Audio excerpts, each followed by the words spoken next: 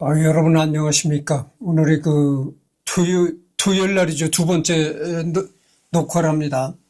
2025년 8월 9일이네요. 오후 3시 11분을 지나가고 있습니다. 전번에 내가 그런 병원에 관한 얘기를 했잖아요. 거기에 대해서 잠깐 얘기를 해드리겠습니다. 병원이란 곳은 죽을 병이 걸려서 가는 곳이 아닙니다. 건강할 때 가는 거예요. 건강할 때 병원에 가서 검진도 자주 받고 그리고 의사들한테 또 상담도 자주 하고 그래야 되는 겁니다. 옛날 노인네 중에 이렇게 얘기하는 노인네들이 있어요. 야, 병원엔 왜 가니? 나는 병원에 한 번 안 갔어도 내가 100세를 산다. 이렇게 아주 큰 소리 땅땅 치는 노인이 있거든요. 물론 그런 사람이 아주 없지는 않아요. 병원에 한 번도 안 가보고 아주 병원에 한 번도 가본 적이 없는데 100세를 사는 사람이 물론 있긴 있다고죠. 그러나 그게 자랑할 일이 아니다고요. 장수하려면은 오랫동안 건강하게 장수하려면 첫째 조건이 병원을 자주 가야 된다는 거죠. 병원을 자주 가서 검진을 자주 하고 의사와 상담을도 많이 하고 그리고 여러분들 나나 여러분들이나 요즘에는 유튜브를 많이 시청하잖아요. 이 유튜브도 보면은 의사들이 하는 그런 건강 유튜브가 많습니다, 요즘은. 그래서 의사들이 하는 이 건강 유튜브를 많이 보십시오. 그래서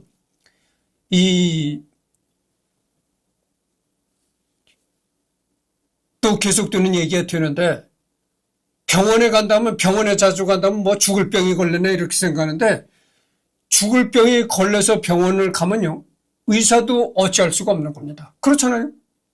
아니, 다 죽게 돼서 병을 키워가지고 다 죽게 돼서 찾아온 사람을 어떻게 고칠 겁니까?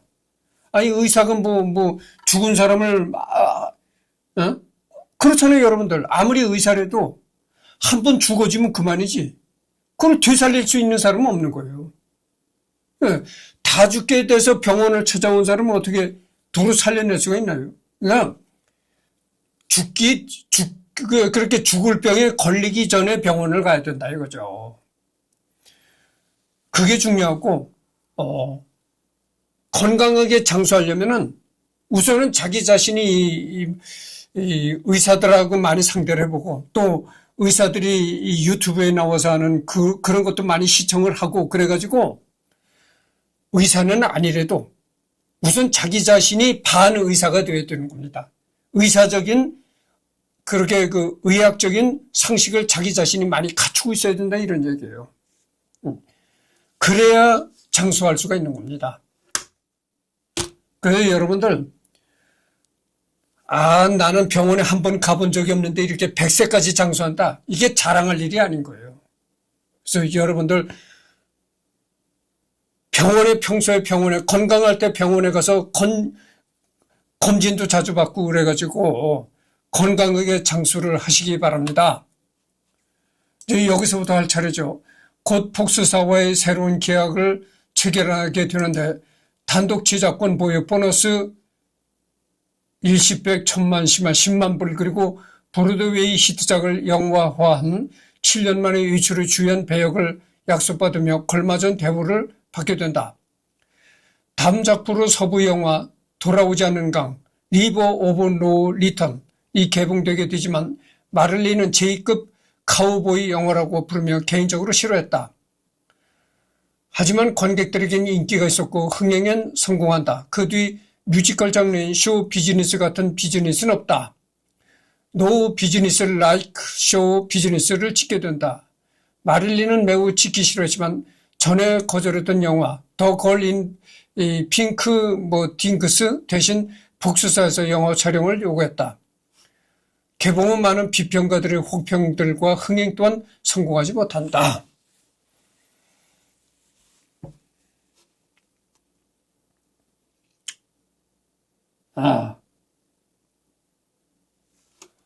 곧바로 촬영을 시작하게 된 명감독 빌리 와일더의 코미디 영화 7년 만에 유출해선 마릴린을 대표하는 아이코닉한 장면이 만들어지게 된다. 배역은 이웃인 유부남의 성적 환상 대상이 되는 여성인데 배우의 이름도 없고 단지 위층 여성으로 표현된다. 영화사는 바람에 스커트가 날리는 아이코닉한 장면을 사전 홍보에 사용하기로 결정하고 50년대 심한 제재로 기존 촬영본을 전면 삭제해 영화상에선 노출이 심하지 않고 사진이 이미지가 유명하다.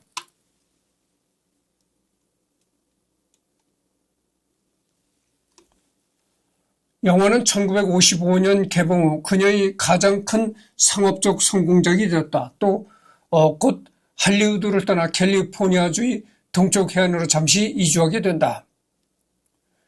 그곳에서 여성 배우 최초의 독립적인 프로덕션 마릴린 모 프로덕션을 설립한다. 설립 이유에 대해 동일한 배역에 지쳤다와 복서사가 제대로 된 의무를 하지 않았기에 더 이상 계약을 하지 않는다라고 밝혔다. 이 설립은 1955년 시작된 마릴린과 복서사의 1년간의 법적 투쟁으로 이어지게 된다.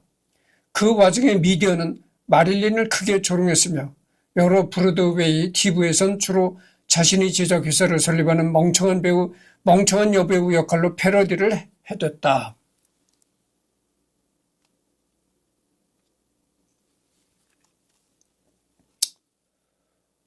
여기 이제 이 장면이 1956년 뉴욕의 액터스쿨에서 나오는 장면이란 거죠. MMP라는 건 아까도 얘기했듯이 이겁니다. 마릴린 먼로 프로덕션. 이게 이제 첫자만 따면 MMP가 되는 거죠. MMP를 설립한 후 뉴욕의 맨하튼 의사에 깊게 연기에 대해 공부하게 된다. 연기 지도자인 리 스트라스버그가 운영한 액터스쿨을 다니며 일반 학생들과 함께 메소드 연기 수업을 들었는데 오래된 연기 코치이던 나타샤를 리의 부인인 폴라 스트라스버그로 교체하고 폴라는 남은 연기 동안 중요한 영향을 끼친다. 또 배우가 스스로 자신이 감정적 트라우마를 직면하고 연기에 사용해야 한다고 믿었기에 이때부터 정신분석을 받기 시작했다. 하지만 MMP는 홀로 영화 자금을 조달할 수 없었고 복서사 또한 마릴린과 함께 일하기를 원했기에 새로운 7년 계약을 체결하게 된다. 4편의 영화 제작비 지불과 자신이 프로젝트, 감독, 촬영 감독을 선택 가능, 그리고 복서사에서 완성된 영화당 MMP에서도 영화를 각각 만들 수 있는 권한을 얻게 된다. 결론적으로 복서사와의 소송은 마릴린이 승리가 되면서 미디어들은 슈튜디오와 싸우기로 한 결정에 대해 호의적인 기사들을 썼는데 타임지는 슬기로운 사업가이라고 룩은 이 승리는 앞으로 무리에 맞서는 개인이 번복이가 될 것이라며 타이핑했다.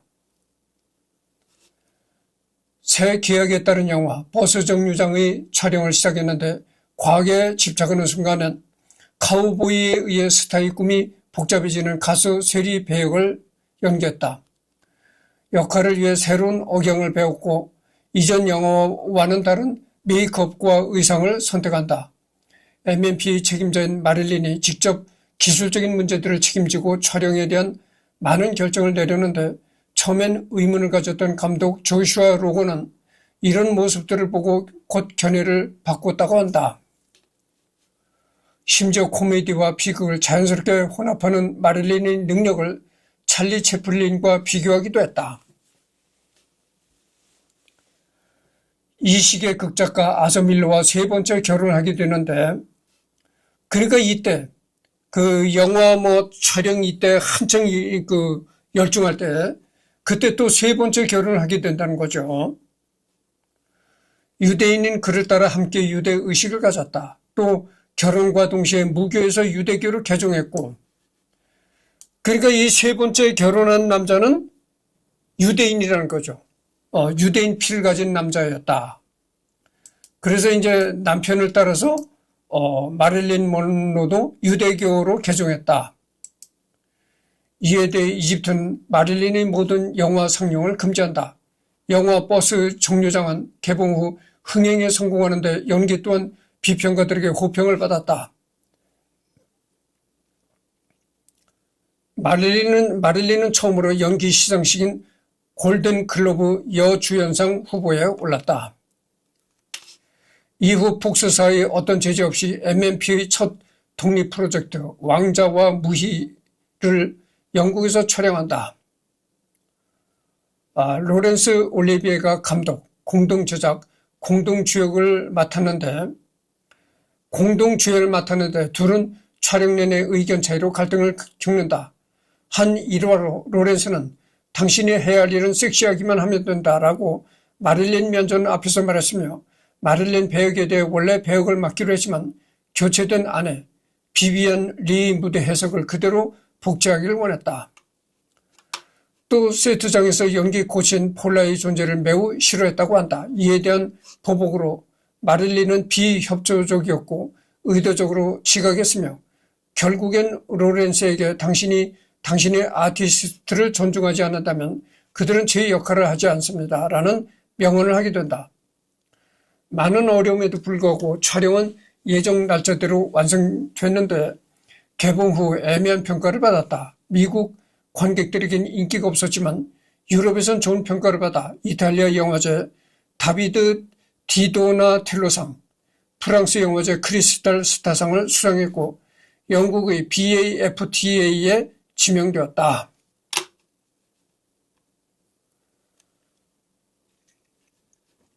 본국으로 돌아온 후 가정생활에 집중하기 위해 18개월의 휴식기를 가지는데 주로 뉴욕의 맨해튼, 코네티컷, 롱아일랜드에서 시간들을 보냈다. 휴식기가 끝나고 할리우드로 돌아와 감독 빌리 와일드의 젠더 주제 코미디 영화 뜨거운 것이 좋아를 촬영한다. 이 영화는 주제가 젠더이며 50년대 보수적인 사회에 여장남자라는 파격적인 소재를 선택해서 큰 화제를 받은 작품이다. 영화의 완성도 또한 매우 높아 1950년대를 대표하는 명작이다. 마릴린은 배역, 슈가의 역할이 또 다른 백치미 금발이라고 생각했지만 남편 아서의 격려와 표준 급여 외에 영화 수익의 10%를 보너스로 제한했기에 수락한다. 이 영화의 제작은 이후 영화계에 매우 유명한 일화가 됐을 정도로 복잡해지는데 마릴린은 지인에게 이 작품을 침몰하는 배에 비유했고 장면 중 바보 같은 부분들을 제대로 변경해달라고 자주 요청해서 감독 제작자들과 갈등이 있었다고 한다. 이는 마릴린의 무대 공포증과 불안을 더욱 악화시키는 결과를 낳는다.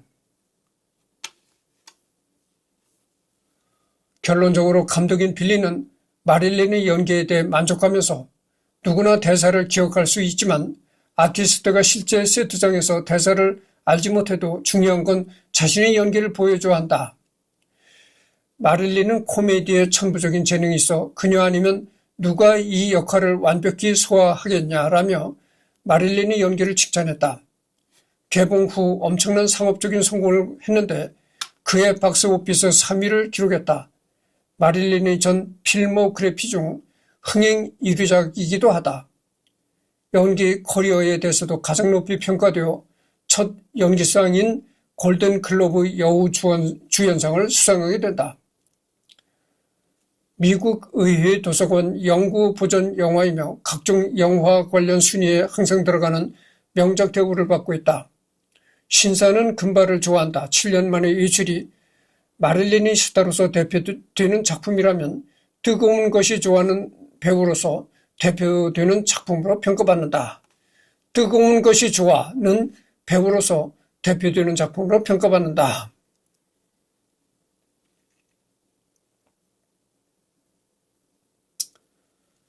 그러니까 지금은 무명 생활을 거쳐가지고 정말 마릴린 먼로가 전성기를 접어들어서 활동하는 그런 시기를 얘기하는 거죠.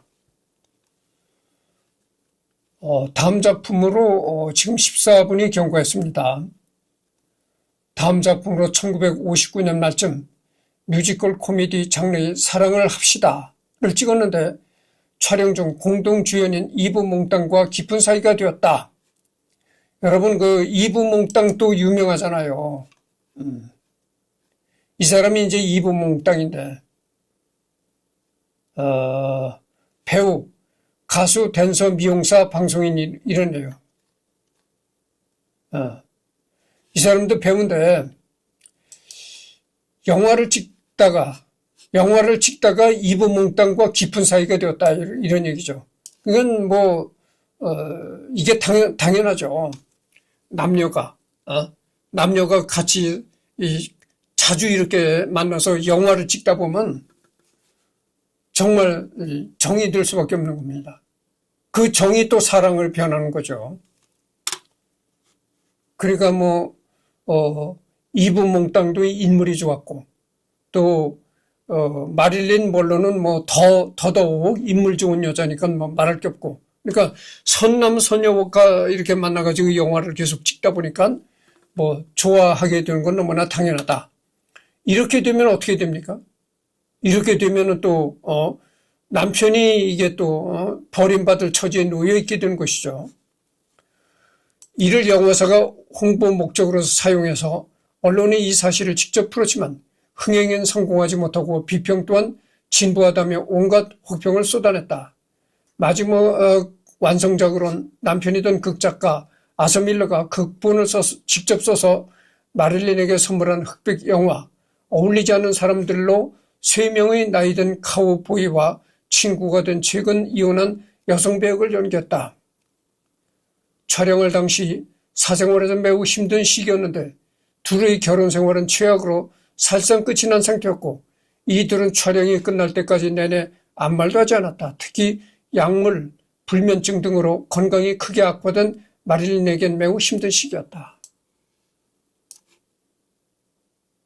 그러니까 영화 촬영을 하면서 남자와 이렇게 이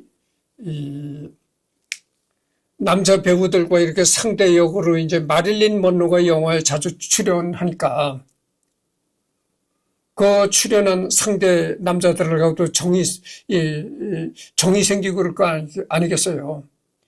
그러니까 이제 이 마릴린 먼로의 남편은 거기서 좀 이렇게 질투랄까 이런 게 생기는 건 너무나 당연하겠죠. 여러분들, 여자만 질투가 있는 게 아니에요. 여자의 질투는 아무것도 아닙니다. 정말 무서운 게 이게 남자의 질투예요. 남자가 하는 질투가 정말 무서운 겁니다. 그러니까 이제 남편과 부인이 서로 이제 점점 사이가 멀어지게 되는 거죠. 그래서 이제 나중엔 또 이혼까지 또 이제 들먹이게 되는 그런 상황이 됐다 이런 얘기입니다. 1961년 이 영화는 개봉 후 흥행에 실패한다. 극작가인 아서가 직접 배역을 썼지만 비평가들은 캐릭터 개발이 매력적이지 못하며 공허하면서 이해할 수 없다고 주로 캐릭터의 문제를 제기하며 혹평했다. 하지만 21세기에 와서 더 호의적으로 평가를 받고 있기도 하다. 곧 둘은 이혼을 했고 곧 이혼을 했다고 하잖아요. 그 아서라는 사람이 남편이었는데 그렇게 이 마릴린 먼로가 남자들하고 영화를 찍으면서 상대 남자들하고 자꾸 이렇게 정을 쌓고 이렇게 되니까 이 남편인 아서가 이제 질투를 내기 시작한 거죠. 그래가지고 이혼까지 가게 됐다 이런 얘기입니다. 그 후 건강 문제로 마릴린은 6개월의 휴식기를 가지는데 로스앤젤레스 브렌트우드 부촌 지역의 새로운 집을 구입해서 그곳에서 건강을 회복하며 지냈다. 1962년 봄 6개월간의 휴식 후 마릴린 스스로 촬영에 의욕적이어서 활발히 다음 영화 제작이 진행됐지만 촬영 시작 며칠 전에 축농증에 걸렸다. 촬영을 연기하라는 의학적 조언에도 불구하고 독수사는 계획대로 강행했는데 마릴린은 너무 아파서 6주간 대부분 일할 수 없었고 여러 의사의 확인에도 독수사는 스튜디오를 속이고 있다고 공개적으로 언론에 주장하며 촬영을 진행하였다. 그러게 이제 그 마릴린 먼로가 몸이 아팠다는 거죠. 그래서 이제 축농증에 걸려가지고 그래가지고 촬영에 여러 애를 먹었는데도 그 마릴린 먼로가 속해 있던 복수사에서는 그게 웬 말이냐.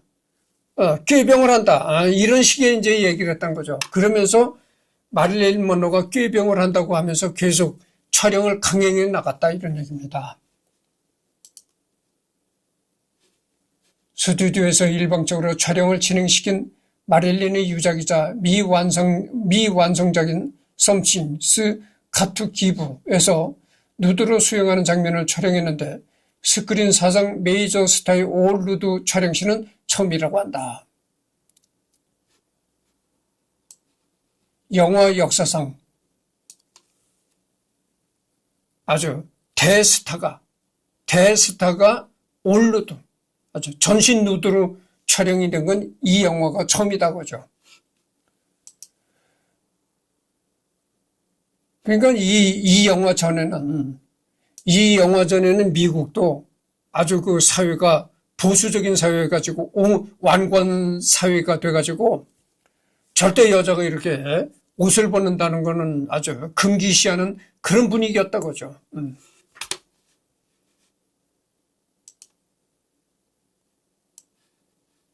이 얘기를 하니까 말이지. 누드 영화를 찍었다고 하잖아요. 근데 누드라고 하니까 또 내 얘기를 해야 되는데 자꾸 다른 사람이 그러더래. 이승열이 보고. 이승열이 저게 누드를 찍는 사람이야. 그래가지고 누드를 찍는 사람이 이렇게 또 입방아를 찍고 떠들어가지고 제보를 개 못 줘. 이승열을 보고 그런다네. 그렇게 또 입방아를 찍는데 이승열이 제보를 개 못 줘. 이런다네.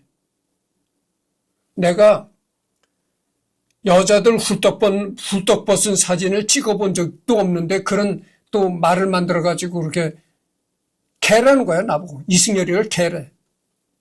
아니 여러분들 한번 생각해 보시오.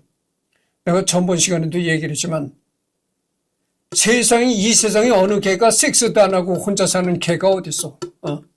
그런 개가 있으면 나한테 좀 신고 좀 해줄래요? 그렇잖아요. 아니 섹스 안 하고 일평생 혼자 사는 개를 봤습니까? 참 웃기는 얘기죠. 그러니까 괜히 이승열이 가지고 그렇게 입방을 떠들고 뭐 입소문이 그렇게 또 들린다네. 이승열이가 여자들 훌떡 비껴놓고 찍는다고 그렇게 또 되지도 않는 헛소문이 들어가지고 제보를 개 못 줘 뭐 또 이런다네.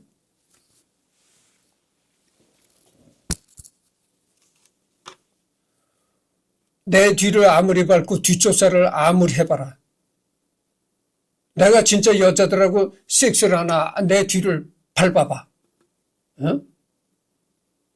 아무리 내 뒤를 밟아봐야 그런 행동을 하는 걸 볼 수가 없어. 맨날 이승열이 저 새끼 개새끼다. 아니 어느 개가 그렇게 여자 섹스를 안 하고서 스님처럼 혼자 사는 개가 어딨어. 그러니까 맨날 그냥 그렇게 이승열이가 그렇게 만만한 거야. 그냥 맨날 이거만. 근데 여러분 내가 하고 싶은 게 그거예요. 이 시간에 내가 분명히 얘기하고 싶은 게 겁니다. 아니 이승열이가 대한민국에서 최고 평범한 이승열이를 그렇게 자꾸 이렇게 입방아를 찧어대면 뭐 좋은 게 있나? 입방아를 찧어도 유명한 사람을 입방아를 찧어라 이런 얘기예요. 유명한 사람. 응? 그러니까 연예계 유명한 배우라든가 유명한 탤런트 아니면 국회의원이라든가 아주 유명한 국회의원이라든가 정치인 이런 사람들을 입방아를 찧어대면은 유명인이니까 입방아 찧는 건 당연하다 이렇게 생각을 하겠는데 유명인이 아닌 평범한 이승열이를 맨날 이래가지고 무슨 소용이 있느냐 이 말이야. 그렇잖아요.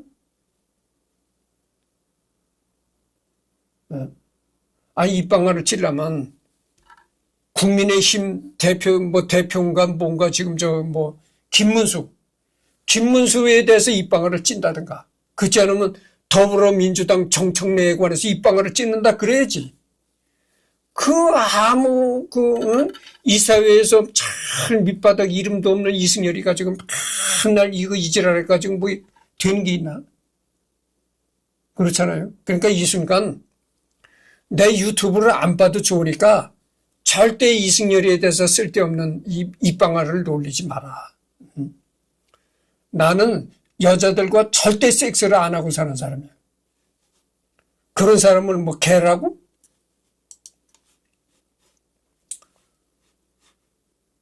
마릴린이 다시 며칠간 평가를 원하며 촬영 중 뉴욕으로 가 존 F 케네디 대통령의 생일 파티에 참석해 스캔들을 일으켜서 복수사는 마릴린을 해고하고 75만 달러의 손해배상을 청구한다. 내가 언젠가 그랬잖아요. 이 마릴린이 그 미국에 총 맞아 죽은 대통령 케네디와도 스캔들이 있었다 이런 얘기를 내가 했었잖아. 근데 그 얘기가 여기 나오네. 이 마릴린 먼로가 케네디 대통령의 생일 파티에 참석했다는 거죠. 그 일을 계기로 케네디 대통령과 마릴린 먼로가 스캔들이 생겼다는 거예요. 그래서 그 케네디 대통령과 마릴린 먼로의 스캔들 때문에 폭수사가 마릴린 먼로를 해고했다는 거죠. 그 배우는 다른 배우로 교체됐지만 그래서 이 마릴린 먼로가 36살이라는 젊은 나이로 자살했잖아요. 그럼 그 뭐 때문에 자살했는가? 그 케네디 대통령과의 스캔들 때문에 그게 문제가 돼서 뭐 자살했다 이런 얘기가 있어요. 그래서 케네디 대통령과 스캔들을 일으켜가지고 그 이유 때문에 자살까지 하게 됐다. 뭐 이런 얘기가 있습니다. 상대 배우인 딘 마틴이 마릴린 2위 배우는 거부하자 폭스는 그 또한 고소한 후 촬영을 자체 중단한다.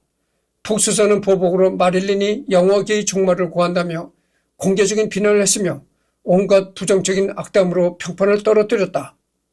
하지만 변덕스럽게도 폭스사는 그 결정을 후회하고 다시 마릴린과 협상을 재개했는데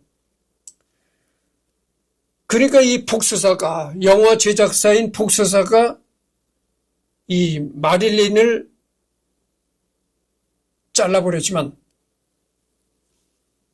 잘라버리니까 어떻게 됩니까? 폭스사로서도 엄청난 손실이 오는 거야. 이름난 여배우를 스캔들을 일으켰다고 해서 잘라버리니까 엄청난 수입이 줄어드는 거지. 마릴린 먼로가 자꾸 영화에 출연해가지고 뭐 폭스사에 돈을 벌어줘야 되는데 그렇지 못하니까. 그러니까 도로 마릴린 먼로를 도로 고용하기 이르렀다 이거죠. 그러니까 우리 속담에 이런 얘기 했잖아요. 남을 물에다 집어넣으려면은 나 자신도 물에 빠져야 돼. 그러니까 남을 물에다 빠뜨리려면 나 자신도 물에 빠져야 된다. 뭐 이런 얘기 했잖아요.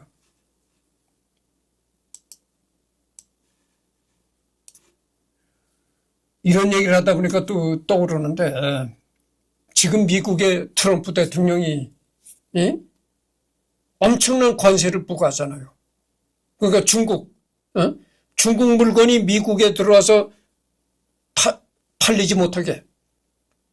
그래서 중국 물건이 미국에 들어오면 어떻게 됩니까? 엄청나게 가격이 높아질 수밖에 없는 거예요. 관세를 엄청나게 부과하게 되니까. 그렇게 관세 장벽을 치는 거라고, 이제. 그러니까 어떻게 되겠어요?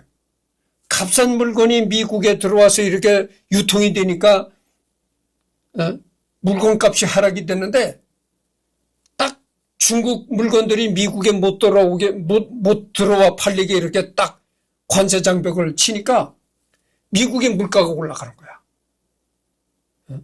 값싼 중국 물건이 자꾸 와서 돌아다녀야 물건 값이 내려가는데 중국 물건이 미국에 못 들어오게 딱 막아 놓으니까 미국의 물가가 뛰는 거야. 그런 부작용이 있는 거죠, 이제. 그러니까 남을 물에다 집어넣으려면 나 자신도 물에 빠져야 된다, 뭐 이런 얘기 있는 거야.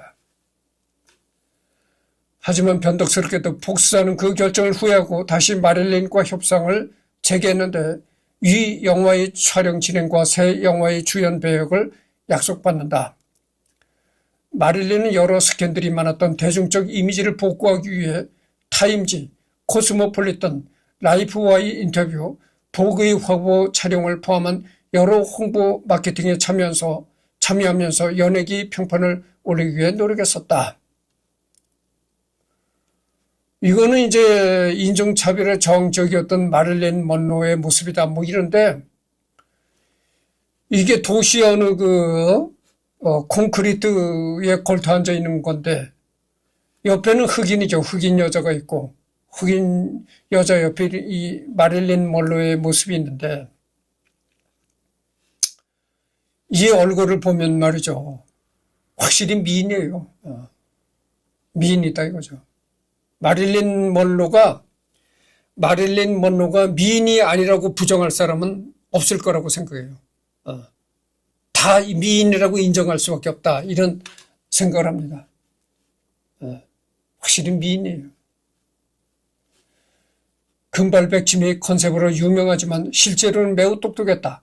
대중들이 원하는 모습을 정확히 알고 자리에 맞게 행동하는 법들을 개선했으며 일부러 모든 공적인 자리에서는 백치미 연기를 했을 정도로 영리하고 똑똑했다고 한다.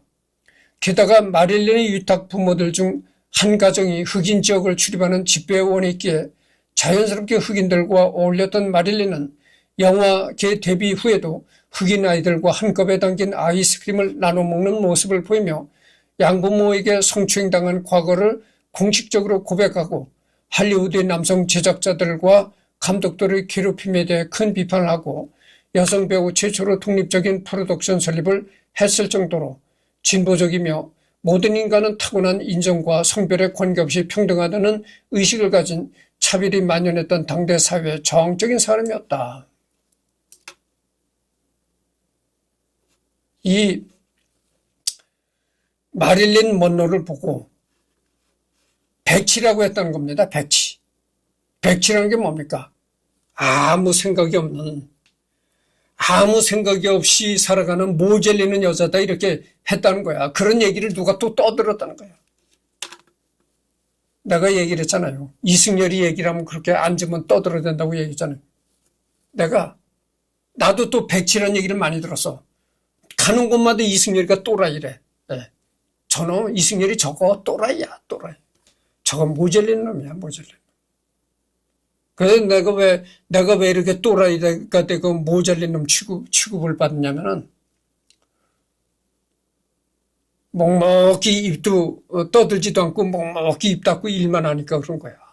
그러고 절대 나는 내 직장에 나가서도요, 내 생각대로 일하는 게 없어요. 그저 뭐 어떻게 하라면 그 하라는 그대로만 일을 할 뿐이지. 왜냐? 여러분들 우리나라 속담이 이런 얘기 했잖아요. 사공이 많으면 배가 하늘로 올라간다. 그런 거예요. 그래서 내가 직장에 가서도 어떻게 하라고 시키면 그대로 할 뿐이지 내 생각대로 하는 것이 없습니다. 그러니까 저건 모자린 놈이라고 했던 거야. 왜냐?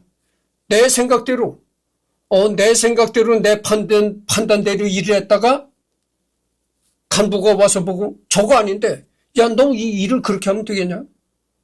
그러면 어떻겠어요? 충돌이 일어난다고, 충돌.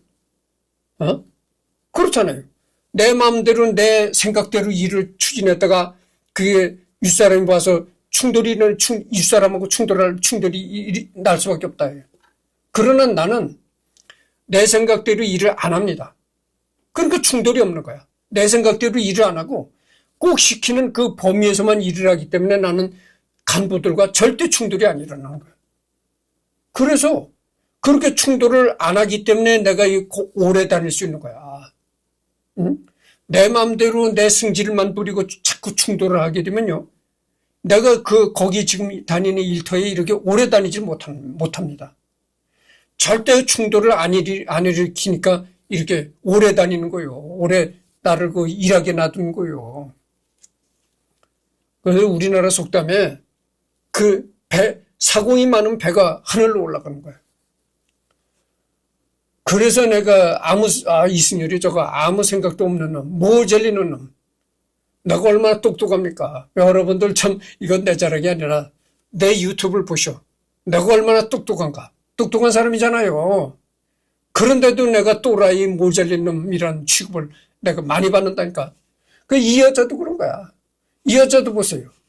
그러게 미국의 한때 한 시대를 주름잡고 영화 배우로서 가진 유명세를 날리던 이런 유명한 배우가 백치라는 거야. 모젤린다는 거야. 응? 그러니까 내가 언젠가도 얘기했지만 남의 얘기 듣곤 모른다 이런 얘기예요. 직접 그 사람이 모젤리는 사람인지 또라이인지 바보인지 알으려면 직접 그 사람을 상대해서 얘기를 나눠보고 이래야 아는 것이지. 직접 그 사람을 만나서 얘기를 나눠보고 이래야 그 사람이 직접 진짜 똑똑한 사람인지 모자라는 사람인지 알 수 있는 것이지. 남 얘기 듣고는 전혀 모르는 거예요. 남 얘기 듣고는 전혀 모르는 거다 이 말이죠. 똑똑한 사람도 또라이라 그래. 또라이. 모자라는 놈. 병신.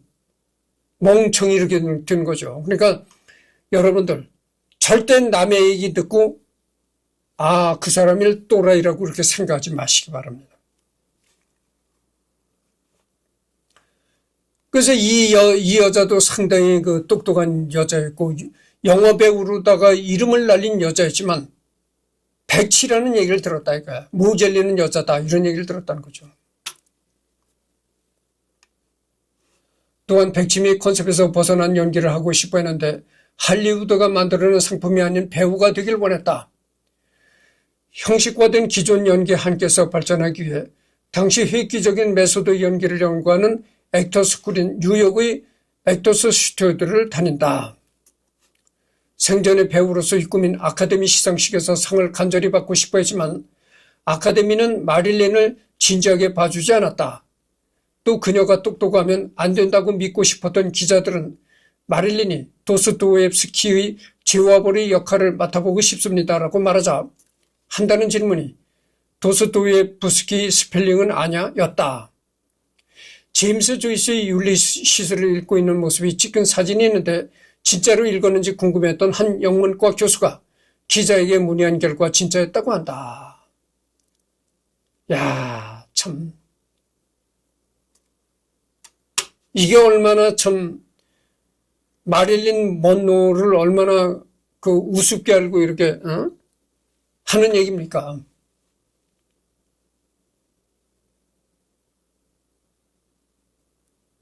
마릴린 먼로가 어느 날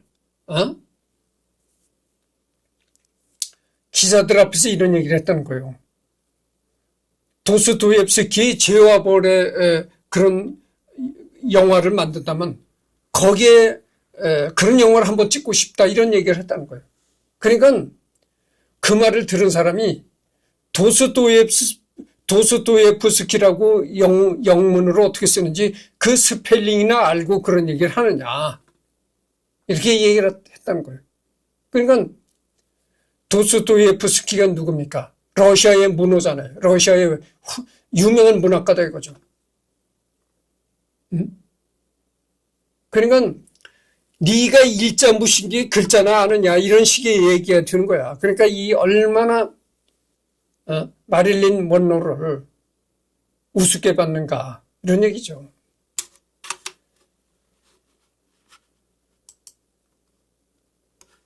마릴린은 내면적으로 강하면서 동시에 연약한 자아를 가졌는데 고아와 다름없이 자라며 성장기에 범죄의 피해자가 되어 자아의 상처를 입었고 유전적으로도 가지고 있던 정서 불안을 극복하기 위해 약물 중독이 되었기 때문이다.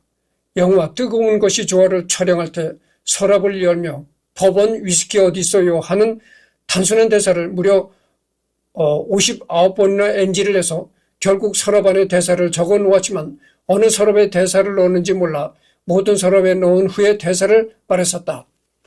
자신이 재능 열정을 무시하고 유형에만 관심을 주는 영화계의 시선 때문에 자신을 알아주고 이해해주는 사람들에게 매우 친절했다. 인종차별이 극심하던 그 당시 유색인 팬들이나 유색인 국가 방문 시에도 매너 있고 예의 바른 태도로 좋은 말들을 들었다. 지금 40분을 경과했습니다. 그러나 조금 더 읽어봐야 되겠습니다. 단순히 섹스의 심볼이자 백치미로 알려진 것과 달리 불과 29살 때에 할리우드 여성 최초로 자신의 영화 제작사를 설립해서 운영할 정도로 진취적이고 자기 주관 뚜렷한 인물이었으며 50년대, 60년대에 민감했던 흑인 인권운동, 핵반대 운동 등등에 열성적으로 참여했던 마릴린은 세 번째 남편 아서 밀러가 메카시즘의 광풍에 휘말려 고생할 때 부부가 함께 FBI, CIA 감시 대상들이었다. 이제 여기까지만 하고 끝내겠습니다. 다음에는 내일도 일요일 날이죠. 그러니까 내일도 또 녹화를 하겠는데 내일은 여기서부터 또 하도록 하겠습니다.